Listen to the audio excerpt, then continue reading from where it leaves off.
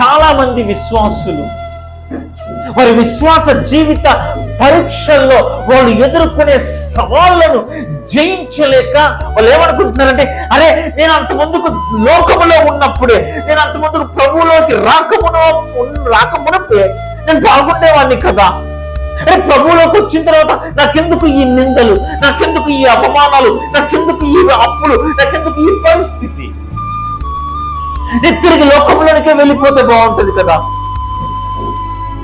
ఆ సాతానుడే మేలు కదా.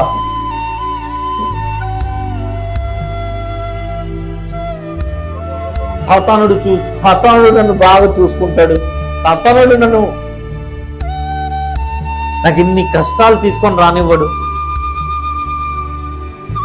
అనుకున్నావా? ఏ రోజే తిరిగి లోకానికి వెళ్ళిపోదాం అనుకున్న రోజులు ఎన్నో ఉంటాయి కదా.